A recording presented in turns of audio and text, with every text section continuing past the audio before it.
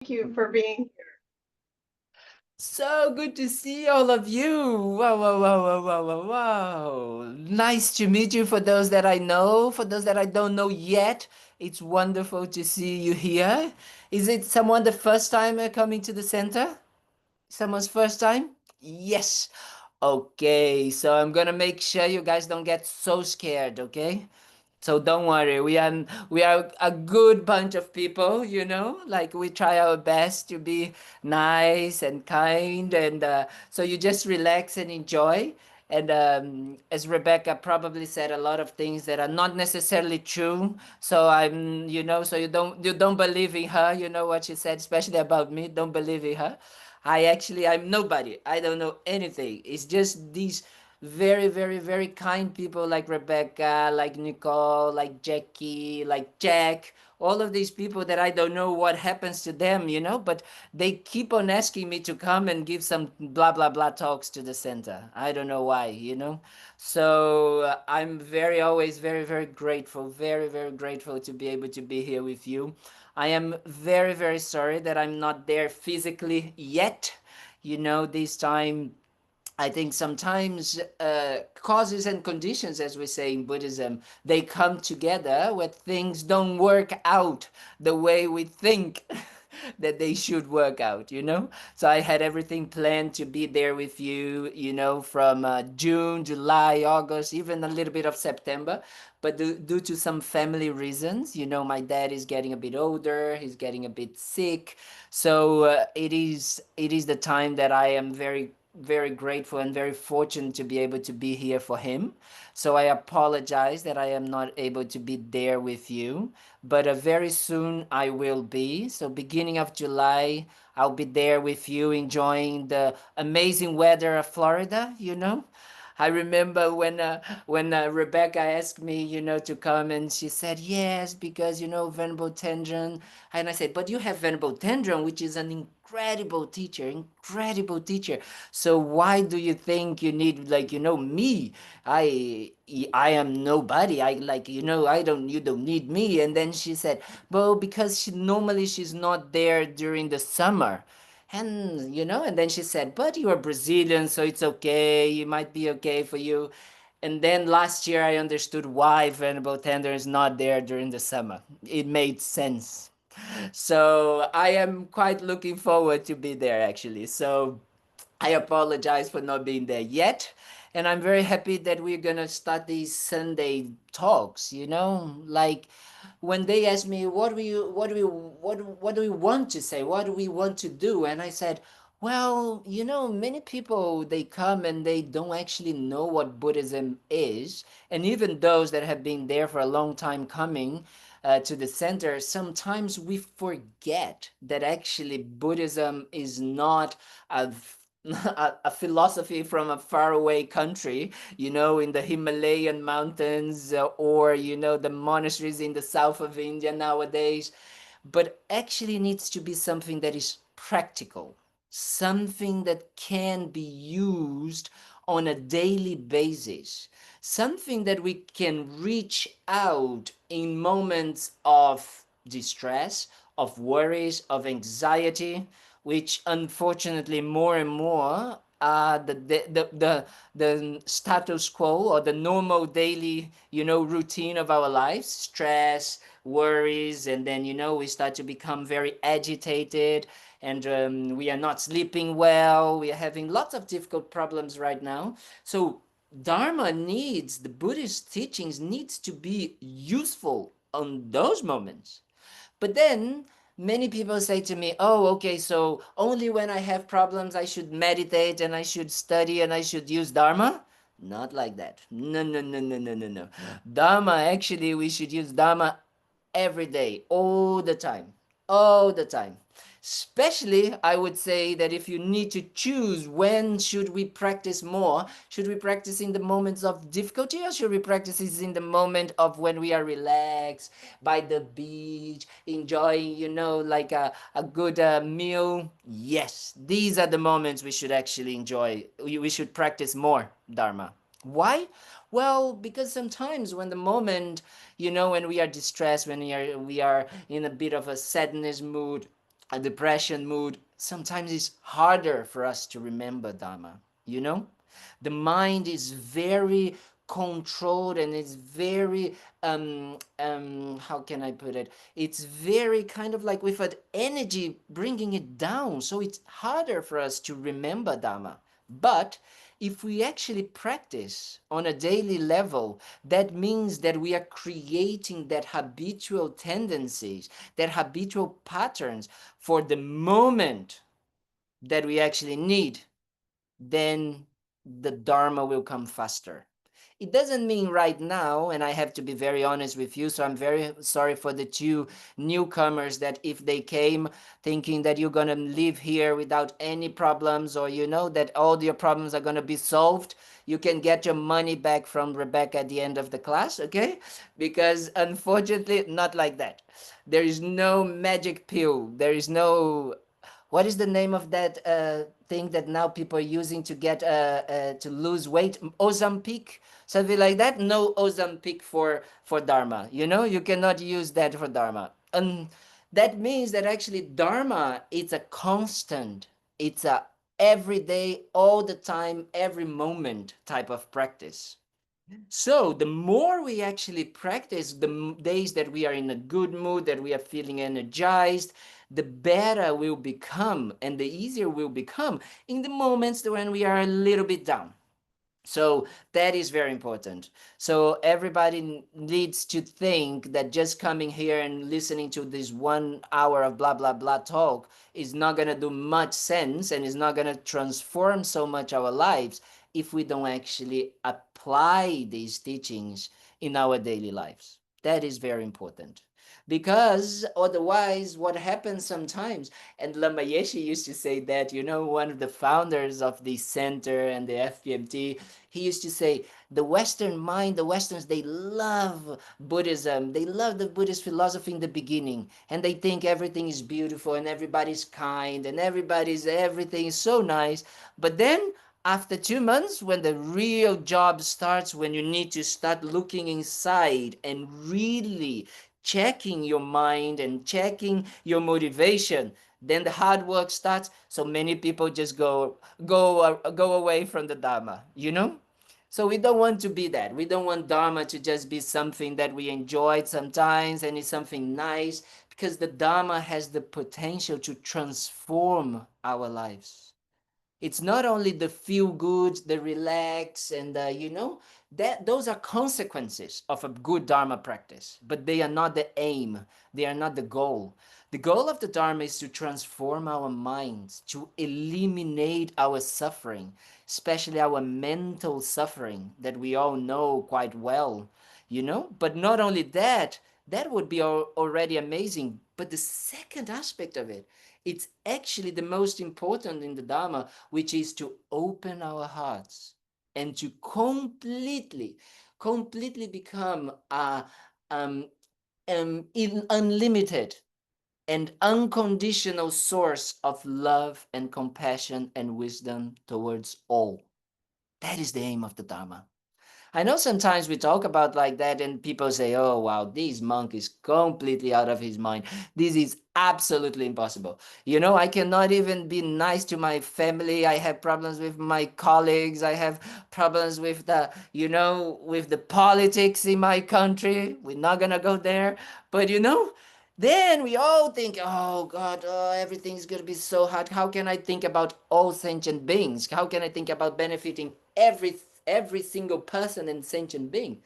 Well, we start from where we are at. You know, we start from where we are. We don't need to think tomorrow we need to start loving everybody. Tomorrow we need to start being kind to everybody. Not like that. So for that, what we need to start actually paying attention is to check our minds. Because if we think about it, and that is something that is very special in the Buddhist tradition, in the Buddhist philosophy, is that it's not so much about the external aspects, it's not so much about what we do with outside, but especially how we live these experiences from the outside, from the inside. What does it mean? Well, let's check our lives right now and we can see exactly how our lives, our minds work. Let's start exploring, the incredible life that we live in Florida. We have everything perfect, beautiful beaches, beautiful people. I've heard that they have an incredible, delicious Mexican restaurant close to the center. If you haven't been, you should go there. Very, very good. So, everything is delicious, everything is good, everything is nice. The weather you have, we live in a bubble of air conditioning if we need, if we are hot. Everything is nice. So the question is, why are we not happy all the time? Why are we not happy all the time? All of these external things are there. We have food, we have money, we have friends, we have these. Why not? That is something that we need to start thinking and observing. Lama Zopa Rinpoche always tells this story. One of also, the main founder of this school and my perfect teacher. Once he went to Tahiti. He went to visit Tahiti, which is like, Florida. It's like a paradise. Everything beautiful and all of that. And people ask Rinpoche, how was it? Was good? And Rinpoche said, so much suffering. Wow, so much suffering. And we said, why, Rinpoche? Everything was bad, was like the food was bad and things. Said, no, everything outside was beautiful and amazing and delicious, the food, but the mind of the people. People arrive over there with incredible expectations, with so much like desires and ideas and how things should be, that something in the external world changes a little tiny bit and the mind immediately starts to suffer. Oh, the food is not good enough. Oh, the weather is not as I thought. Oh, then I'm my hotel room is not in front of the beach, but it's a bit sideways, so I cannot see what I want. It's not like the photo, and I'm gonna call a lawyer, blah blah blah. So we think about it, all of these, all the time, that the external aspects are everything perfect for us. Everything is amazing. And if we take them, if we engage with them more and more and more, we're going to be happier. But our experiences are not like that. And that's what we need to start first checking. We need to start first checking our own experiences, our own inner experiences. Because if our minds are not in a good place, we can be with the love of our lives in the most beautiful place with the most delicious food, and we will not enjoy it. Isn't it? Right? Do you all agree what I'm saying, or are you guys thinking that I'm completely no? Yes? Is it your Oh yeah, experience? yeah, Yes? Okay, sure. good. Because then otherwise I'm just here like blah blah blah blah blah blah blah. Good. So then we need to check, because that is what the Dharma and what Buddhism is about. The main tool that we're gonna work with in Buddhism is our mind. It's not the external life so much, which this is very good in some ways, because when we start to realize that we don't need to be chasing these external things in order to find happiness, and we can stop blaming these external things, and especially stop blaming people for our suffering and our misery, then we start to taking self-responsibility. That was one of the main things that actually Buddhism brought to me. I think that spiritual maturity comes with acknowledging and actually being a little bit more responsible for our own actions. And when we stop blaming and looking for our happiness outside. But for that, then we need to start understanding our mind. And the most important part, if we're gonna, in the next few weeks, and especially also in the next other courses that we're gonna do on Tuesdays and Thursdays, we're gonna dive deeper and deeper and deeper in the works of the mind, in what the mind is and how it works and all of that. And in these Sundays, we're gonna try to bring simple tips for us to use in our daily lives, how we can actually check our minds. And the most important thing that makes our mind so special is something that we call motivation or intention. Are you, and this is the first question, are you aware of your motivation and your intention on your daily life? Are you aware when you wake up of your motivation, of your intention? Let's see if someone wants to share something. Someone over there? Are you aware? Sometimes. Rarely. Occasionally. Occasionally. Yeah. Occasionally, especially. It's fine. Yeah, but when espe- it's too late sometimes, like after the fact, Sorry, Melissa? sometimes you become aware like after the fact, you know, like that's a lot of times with me. Like I don't always realize at the right time, which is probably as like always just, you know, but then after like something happens, I'll think about like what was my intention. I'll realize like after it's too late, like oops, that wasn't the best. Yes, that is No, I only think about my intention of that moment. I don't think about the overall blessing intention of life. Yes, that's very, very, very interesting because, yes, sometimes By the way, hello. intention. Hello, dear. Intention is always there. It's always present. Either we are aware of it, or we are conscious of it, or not. It's always there. It's something that comes with, let's say like this, our activities, our mental activities. And mental activities don't mean only our thoughts, emotions, feelings, experiences, but also whatever we're going to say, whatever we're going to do. Everything comes from an intention. It's like the beginning of, let's say, of the mental path, if you want to say like this. So the mental path comes from this intention, and this intention is going to create then a thought, an emotion, a feeling, an experience, and this will make us then, with our body or speech, say something, act something, do something, right?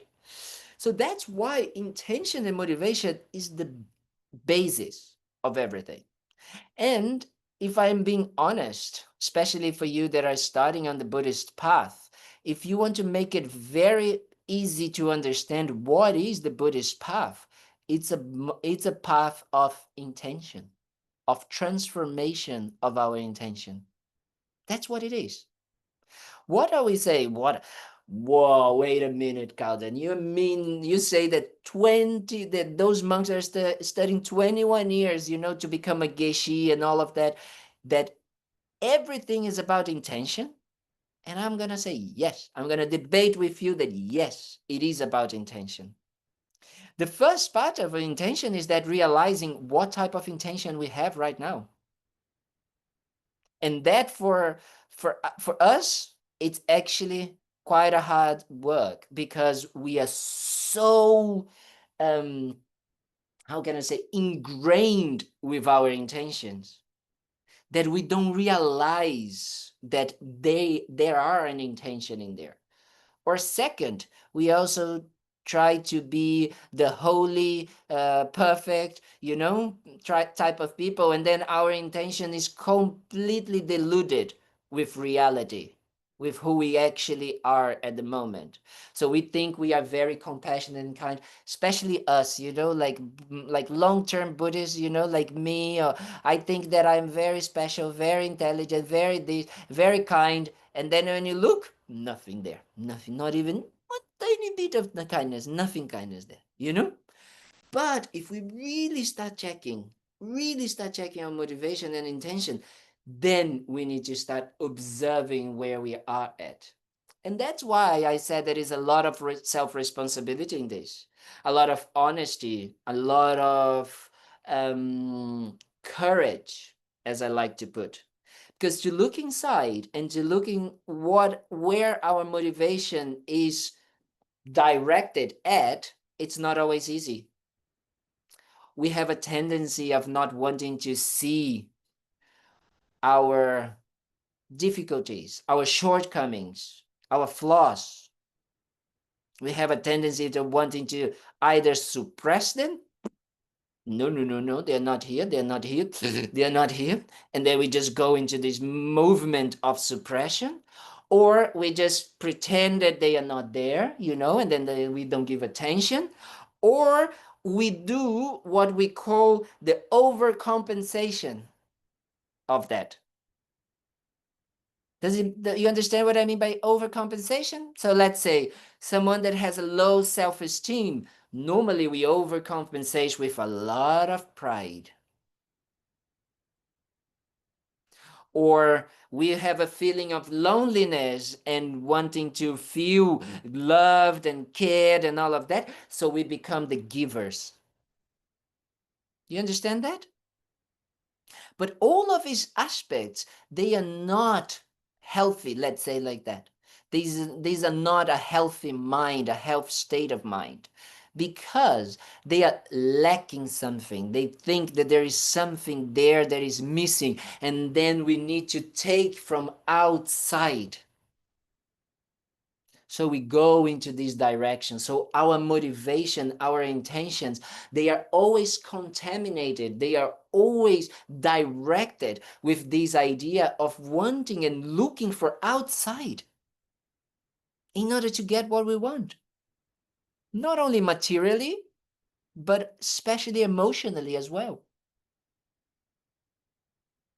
So we need to start looking for that first to our intention, and then to start to observe if these objects, these people, these situations, if they can give what we want.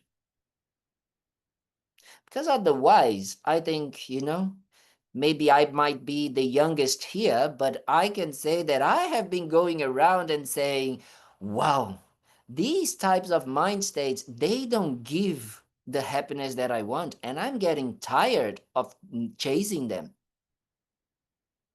I'm getting tired of looking for happiness, love, kindness, compassion outside. Does it make sense? Because if we continue doing that, we continue to find only suffering. Find states of mind that don't fulfill what we actually want. And what we want is a lasting happiness. It's an inner happiness. It's a state of mind that is always there, that we can always reach out when things get tough. When we think that nobody else, that nobody understands me, nobody can, when we feel that in the way that like I am alone, nobody understands me, nobody like sees me, nobody acknowledges me. If we start to look into the true essence of our mind and our heart and our emotions, and we start to actually look that we have all of this inside of ourselves, we don't need to go outside to look and to find love and kindness and compassion. We can actually start developing it for ourselves.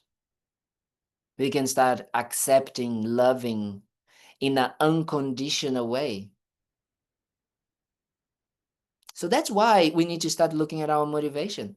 Because if our motivation is to keep finding these things outside, to keep looking for these things outside, then we're not going to get it. And motivation, what is intention? What is motivation? Let's start defining it. Because Buddhists, they love definitions, They love divisions, definitions, which is good because, we are in the Western mind. We like these things a little bit. But you guys have very bad karma because I am a mess. So I'm normally not very, very structured and all of that. But the definition is very important. So let's see, what do you think it is intention? How would you describe what intention, what motivation is? Anyone? there online? Melissa? Maybe like your reason for like your actions every day, like just everything that you do, like your intention is, I guess, why? I don't know. Why? I like this. Bob? My focus and desires. My Focus and desires. focus and desires. Focus in the way what I'm gonna focus myself with and what I'm gonna get from whatever I'm focusing on. Is that Or it? actually what my desires are and How what do I is my get motivate? Yeah. I like it. I like it. Yes, it is true. In a way, it is, no? And it is like, why am I doing that? I think that both of you guys answered in some ways, like two aspects of the definition. Because the definition comes with the why, right? Why am I doing this? That's how you start to ask yourself, wait a minute, why am I doing that? And then, as Bob said, if we start looking into our desires, what we want, then we might be able to see where we are putting our focus and our effort.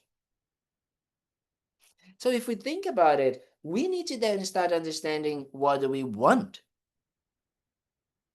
And that is the most important question. What do we want for our lives? Bob said, normally I just think about the moment. I don't think so much about the overall idea. And that's okay. That is how it is in some ways. But if we really start to look in a broader way, and then we can go slowly to the more specific moment, but in a broader way, what do we want? What do we want for our lives? Some of you here might have already started realizing that you might not be here forever in this world.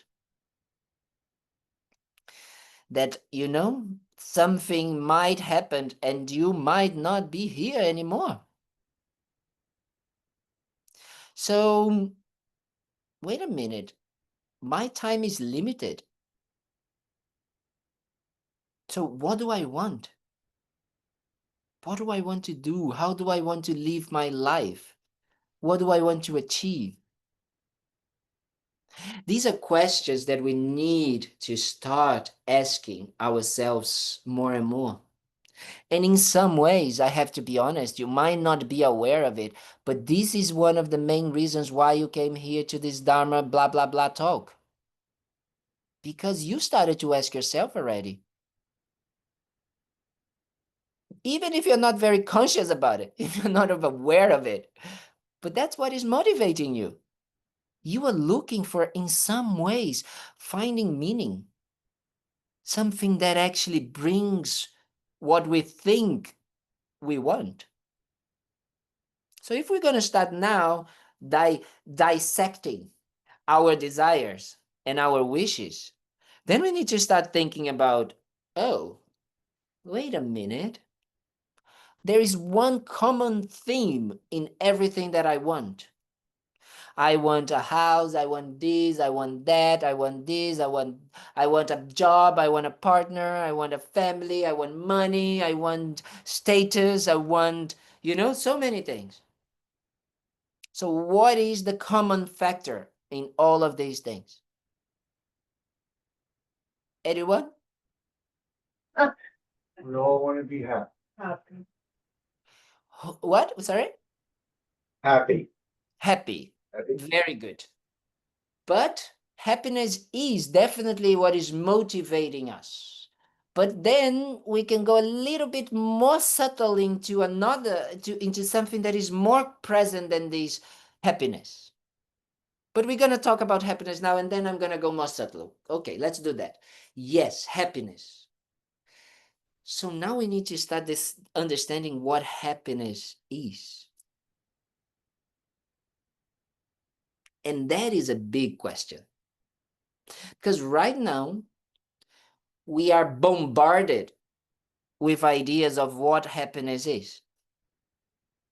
We are, how they say, brainwashed with what happiness is. Well, not now, since we are born, let's face it. We are bombarded with what happiness is.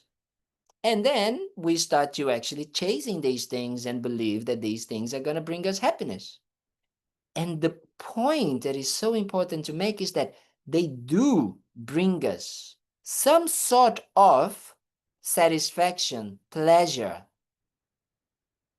However, happiness, it's something that is a bit different in the Buddhist context. Happiness right now, the way we experience, if we need to describe it, is some fleeting emotion. Fleeting, is that a good word? Yes, Nicole? Yes.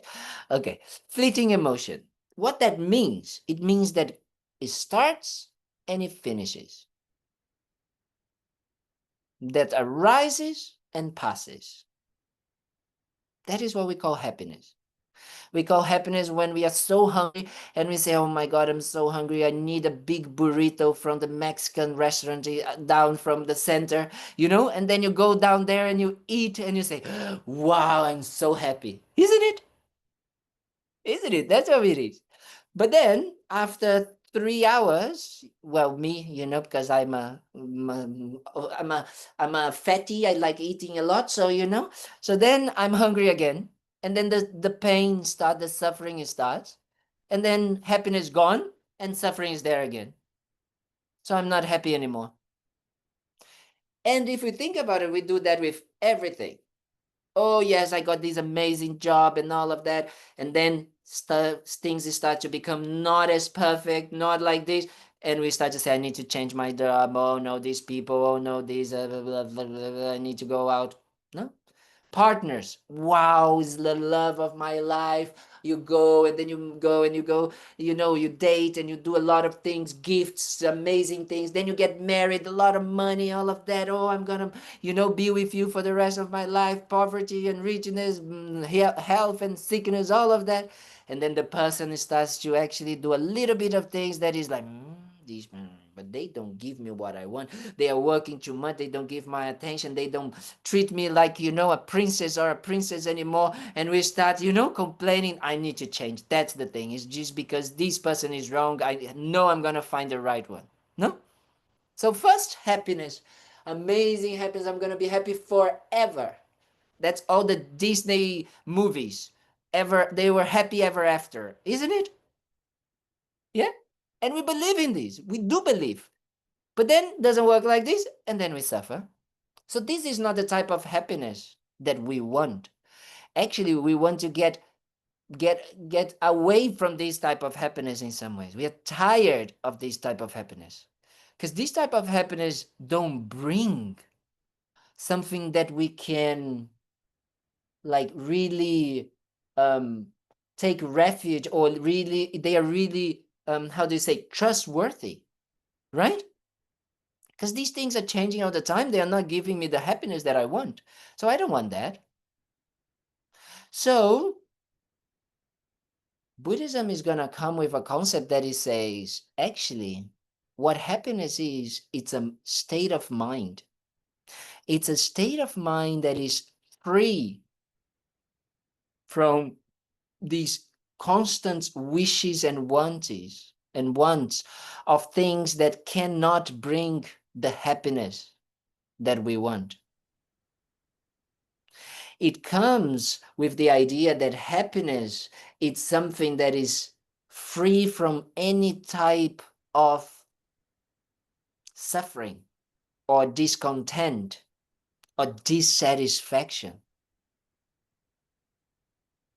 And more than that, happiness is something that is everlasting. So in a way, Buddhism and Disneyland, similar in the aim. But we need to check if Disney World and Disneyland can give us what they promise us. And now we need to check if Buddhism can bring us what it promises. I think that when I'm there, we're gonna do one of these Sunday talks at Disney World. We're gonna go there and check if happiness is there or not. Because this is one of the things that we actually need to start asking and checking ourselves. Because if what Bob and Melissa said, it is true about the definition of intention, then we are cheating ourselves. We are fooling ourselves. Because what we all want is happiness. But we don't want the type of happiness that our mind is chasing and looking in these objects and people and things. We want the other type of happiness, isn't it? I think we all can agree that it would be so nice to wake up and not feel that there is something missing, that there is something needed, that there is, you know, that I need to do something. Not to do something external, but to do something to get this, to feel this whole.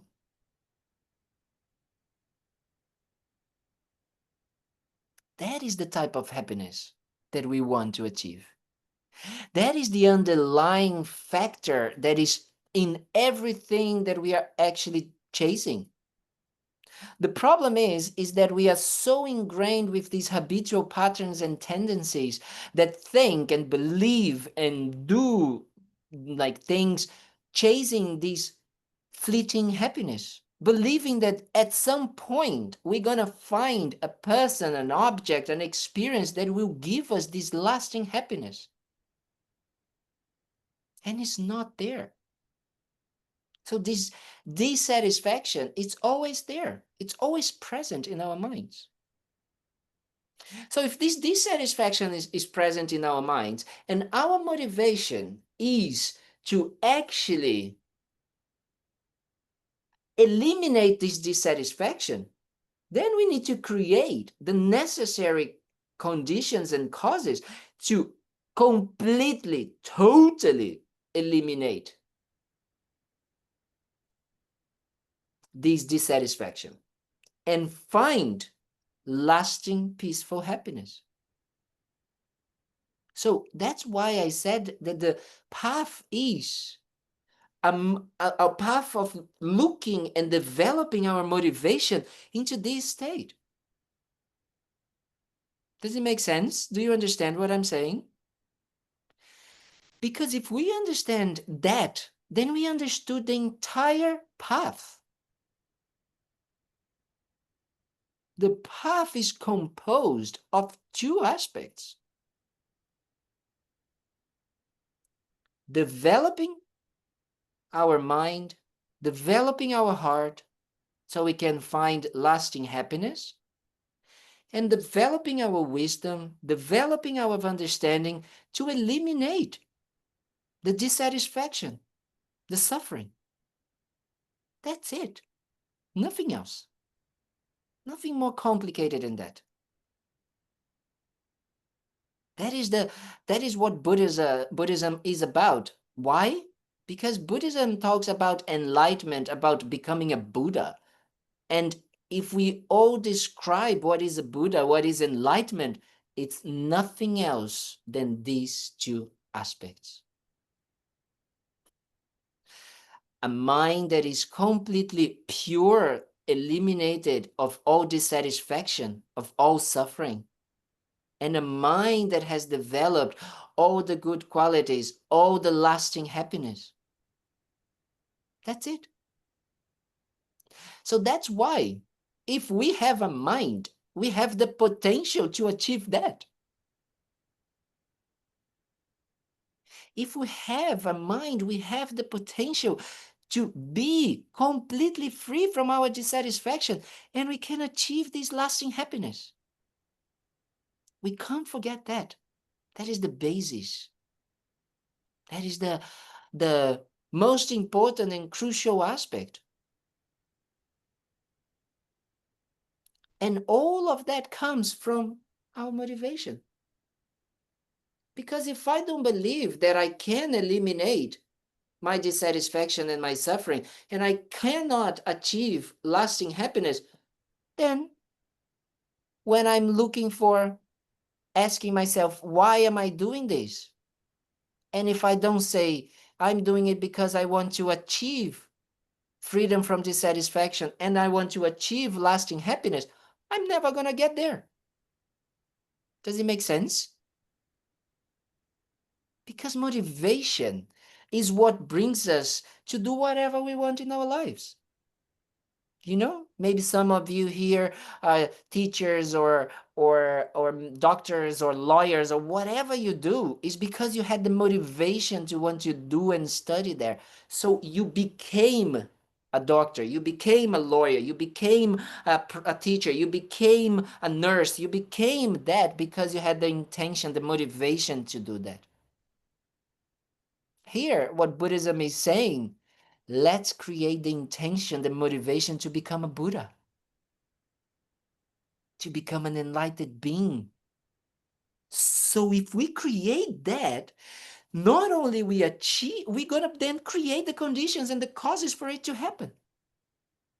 Like the same thing that we made. You know, we went to university, we went to school, to university, then we worked, then we did that, and we had to pay, we had to work for paying our debt and all of that.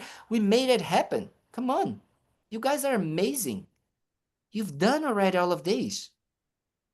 So that kind of like gives us the, oh, wait a minute. If I can become a nurse, a doctor, a teacher, you know, whatever it is that I've done in my life, I can also become a Buddha. I can also develop. The mechanics of the mind is exactly the same. It's generating a motivation and working towards it. Easy peasy.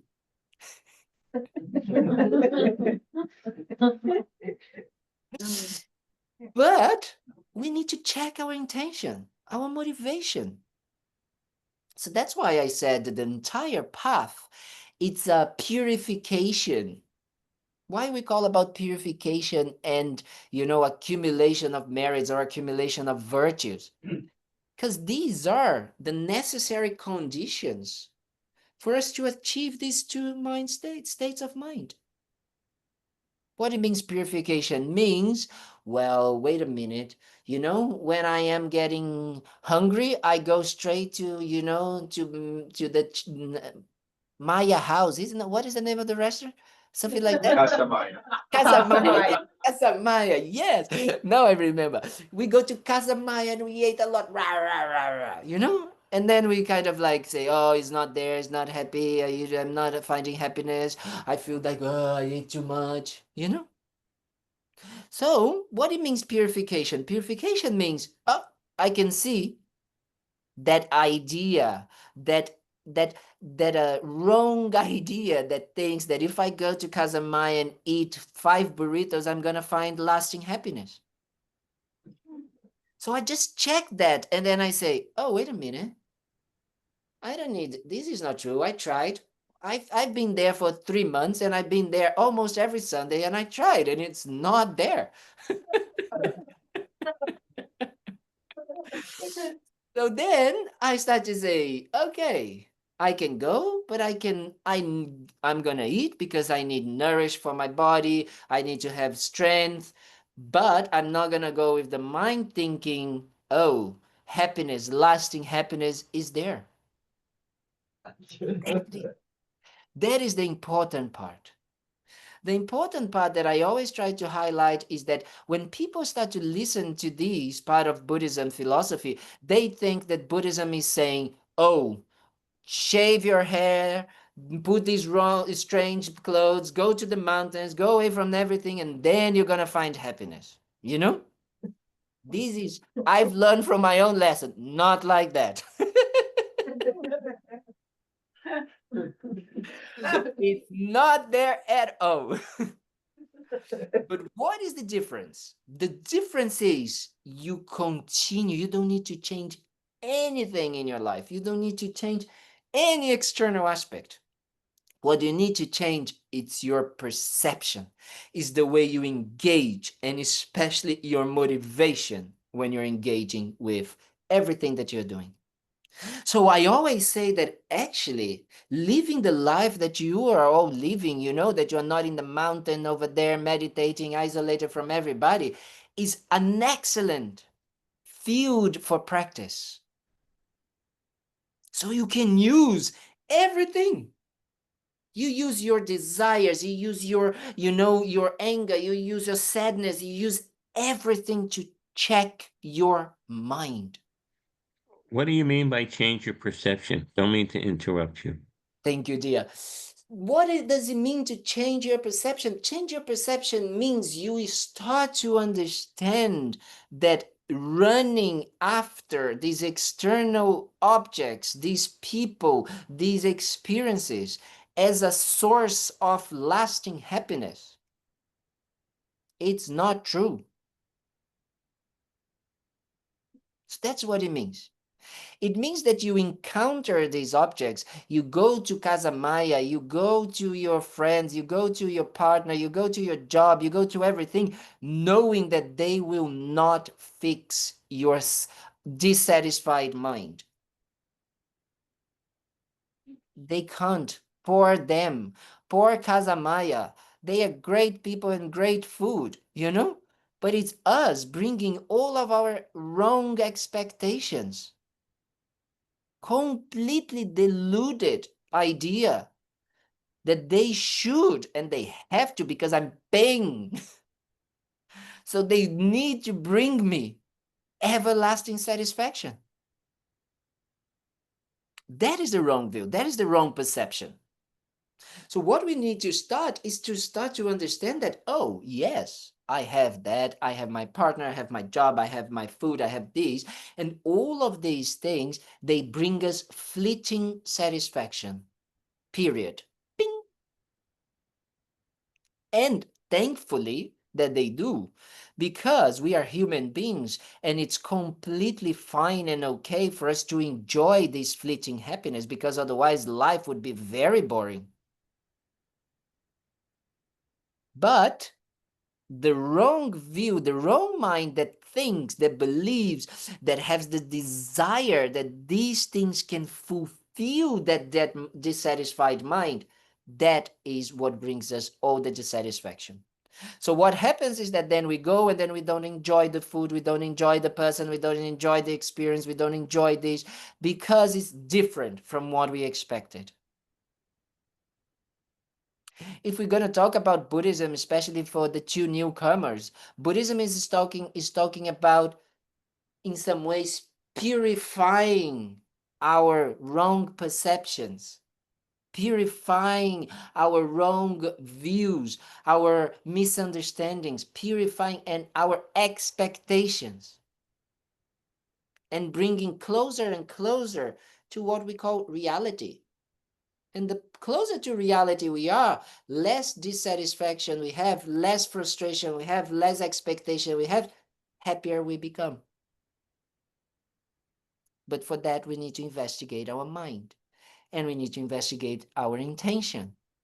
Because if our intention, as Bob said, it is focusing in fulfilling our desires, and our desires is that Casa Maya, taco, and burrito bring me lasting happiness, good luck with finding less happiness. So that is what we need to start checking. And we do that. So the newcomers, this is a little announcement. I always make examples with food, okay? So you guys gonna have to bear with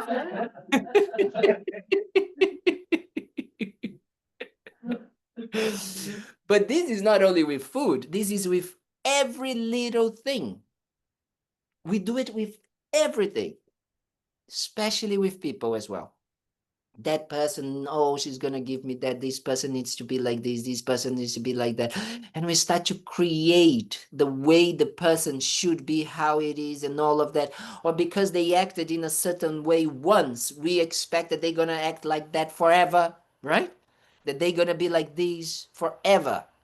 But then, if we check our own lives and our own minds and our own motivation, if we think we wake up in a certain way, And then maybe we wake up very relaxed, very, oh yes, I'm feeling so good. And then during the day we go like, blah, blah, blah, blah, blah, blah, blah, blah, blah. The roller coasters of Disney World, like that. Our emotions and our mind goes blah, blah, blah, blah, blah, blah, blah, blah, loops, a lot of loop. And then we get stuck over there, and then we stay, and then we kind of like, no, but this person did that to me, but blah, blah, blah, blah, then we get stuck. Sometimes years in those loops. Years. Right? And then we go a little bit up, and then everything is good. Oh, wow, I got a new job. I got a new partner. I have a new house, a new car, a new this and that. Oh, yes. And then, boom, something happens. We got sick, or someone dies, or and then we go down. But we expect that our partners, our parents, our boss, everybody should be in a high mood, nice, and stable 24/7. Come on. Come on. Why can you not be? You are like that. You show me you were a nice person when I came to the interview. Or you show me you were a nice person when I came for the first date. You show me you were a nice person when we went to honeymoon. Where is that? That's how we are. Isn't it? This is exactly how we are completely deluded, completely putting our intention, our expectations in these things. So that is why we need to start, instead of expecting the entire world to fit to our wishes and our, desires, how about we start adjusting our expectations and our desires and our intention to something that is a little bit more in accordance with reality, in accordance with actually how things are. Yes, Thursday, one of our teachers, Kandro Rinpoche, she's a very special teacher. She's what we call the oracle of the Dalai Lama, and she is a very. She says, no, she's a simple woman, that she's a Tibetan woman that walked, from Tibet to Nepal and then to India, and she didn't study so much, and she doesn't know anything, but she's a very special person. She did a lot of meditation and a lot of studies as well, and she has a lot of incredible teaching, so pure and so simple, and you can feel that she really touched something in her mind. So I highly recommend, if you can see her, she's going to be in America actually now.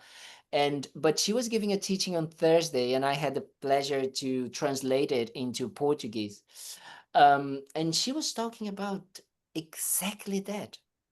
How our minds, how we are completely deluded and creating our own suffering and our own delusion because of our expectations.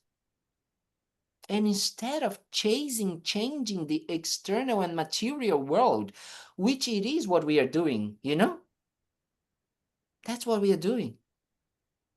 We should stop doing that and start focusing on changing our own mind, our own perception,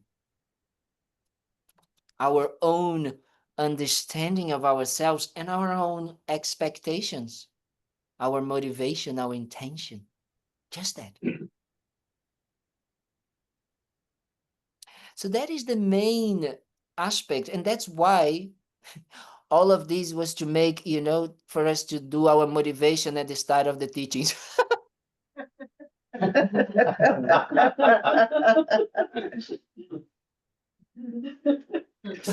But that is why we always start, in these teachings, in these prayers, in whatever we are doing in the Buddhist context, with our checking our intention and trying to give a direction to our intention. Because as I said, the direction of the intention will give the direction to our thoughts, to our emotions, to our feelings, to our speech, to our actions. And therefore, we're gonna then find or experience either fleeting happiness or lasting happiness,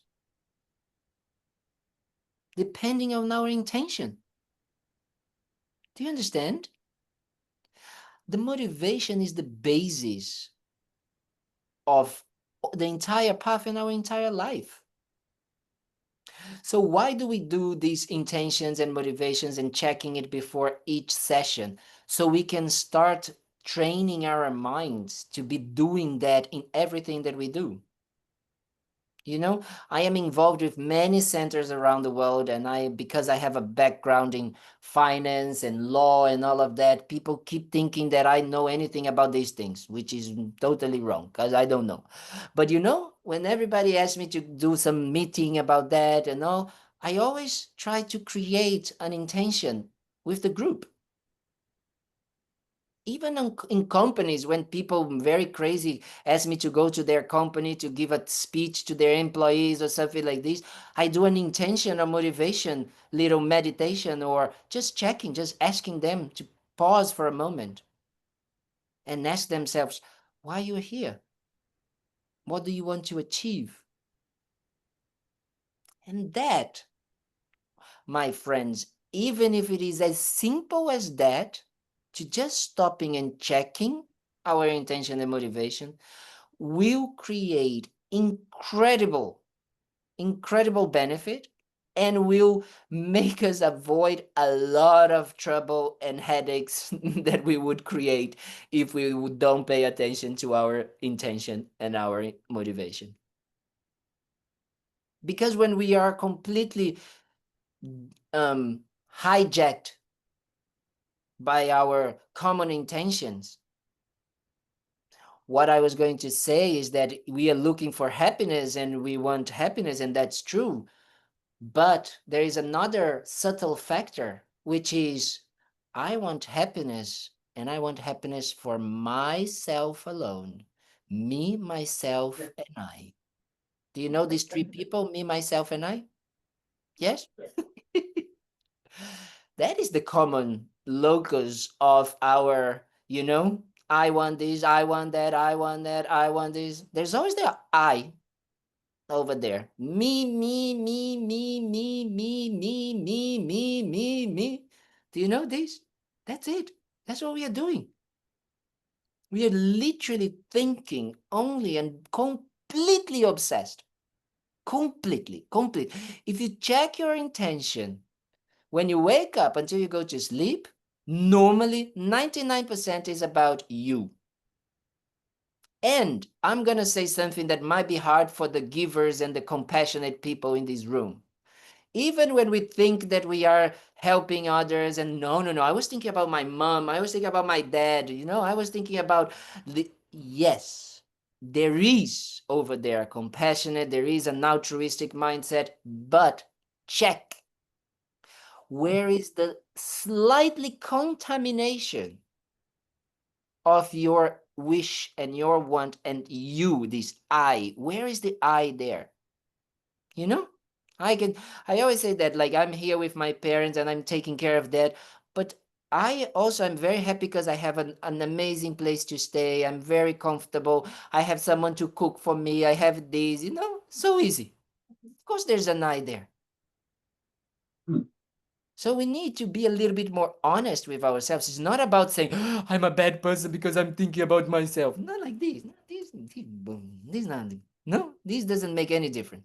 But it's thinking, oh, if I actually do that, thinking about myself so I can develop my mind and develop my heart, so I can purify my intention, so I can let it go of my expectations, so I can let it go of this dissatisfied mind, I'm going to be happier. I'm not going to want anything from anyone, and I'm just going to be able to give. Truly, purely give. Do you understand? Does it make sense? So this is the power of the purification of our motivation. We go from understanding that right now we are in a state that we are thinking about me, myself, and I, and we go letting go of this. Point of attention here, I'm not saying forget about ourselves, become a doormat or something like this. Not like that. I'm saying, use it wisely, your intention and your desires. If your intention is just to get happiness for yourself, to eat a burrito in Casa Maya, that's okay. But you can use maybe your intention to eat a burrito in Casa Maya and say, may I use this nourishment from this food that came from these incredible people, these incredible beings. So many people made it possible for this burrito to have here and for me to feel satisfied. So I can have the power, the energy, the strength, the intelligence to work to bring happiness, to work to help others. Look at the difference. Same action, going down to Casa Maya and having a burrito. Same. Mind, completely different. Motivation, completely different. Result, completely different. Do you understand?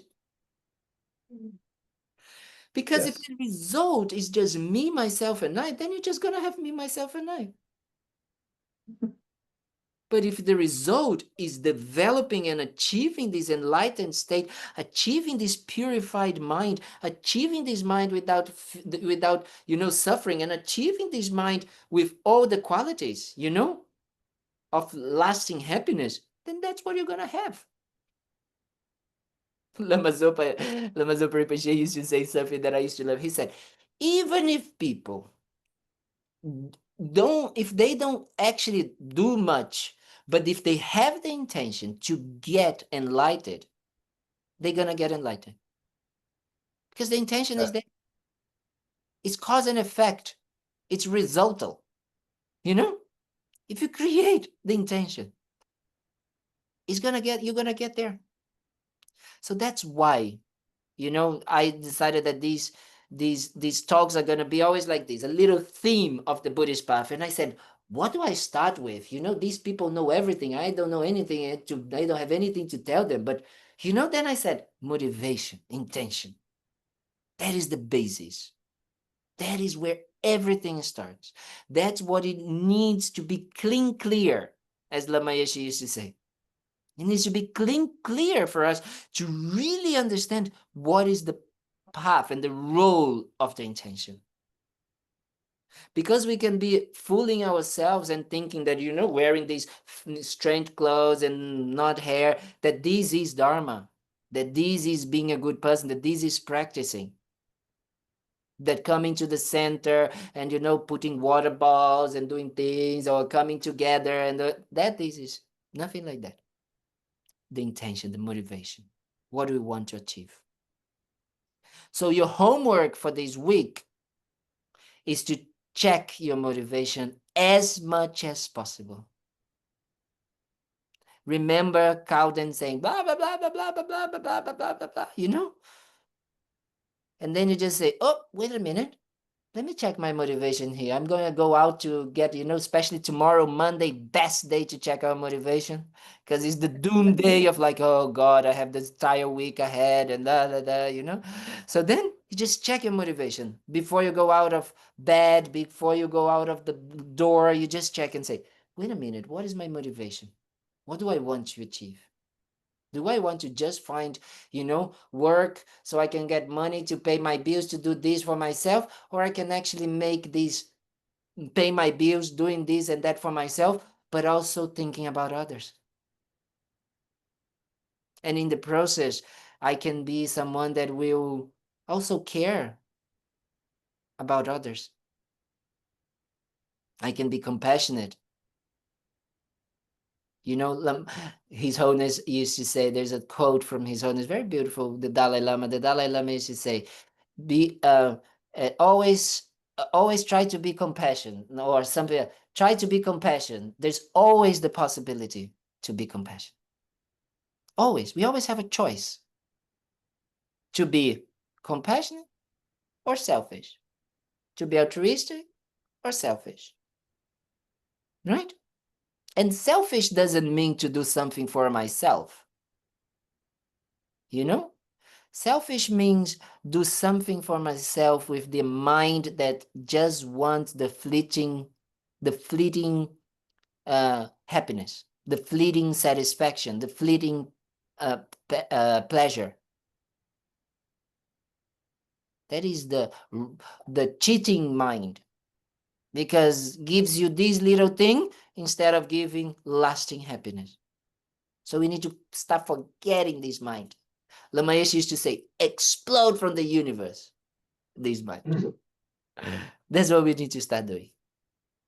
Okay, dears. I said that I was going to try my best to keep for 1 hour of this blah, blah, blah online so you guys don't get tired. Because, you know, I know I get tired of myself. Can you imagine you guys having to listen to me? So what we decided is that for not to become so tiring, you guys I would talk for an hour about a theme, a topic, and then you guys would make a little bit of a discussion, okay? So you guys can divide yourselves into groups maybe of 3 or 4, and the online people as well. You're not gonna run away. Don't think you're gonna run away, because we're gonna also make you guys divide into groups. I think that there is something like breakout groups. I don't know if we have that. Someone already ran away. I saw it, huh? And then you guys gonna discuss a little bit about the topic, and I'm gonna give. Oh, you see, everybody's running away already on the online people. I'm not running away, but today's my birthday and I have to leave. Oh, happy birthday, dear. That is the only excuse. The only excuse that you can do. Have a long life. Enjoy your day with happiness, of long-lasting happiness, not fleeting Thank you. happiness And only. you know what? This talk today has been the best birthday present. No, that's very kind. I'm not running away, but your talks, you know, they do two things to me. They make me hunger for enlightenment, and they make me hungry.